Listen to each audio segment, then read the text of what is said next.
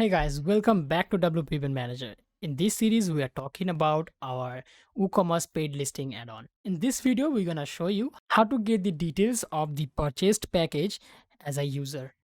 So for that, we need to visit our front-end site. So from here, we can switch to our My Account page, which been created by WooCommerce. In here, we can see all the other details such as our order, downloads, addresses, account details. But in the dashboard section, we will see a new section called My Event Packages. In our previous video, we bought this package to submit an event. If you haven't watched that video already, I will highly suggest you do.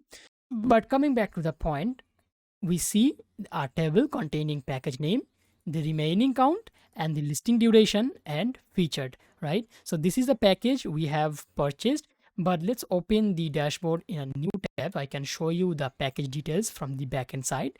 So that will be available under products. From here, we see the premium package. So that's our package we have purchased. So if we scroll down, we will see the event listing limit is unlimited, event listing duration is 30 days, and featured listing is disabled. So as per that, we have remaining unlimited, listing duration 30 days, and featured is no. We can still modify this event listing limit, duration, and the featured listing as well.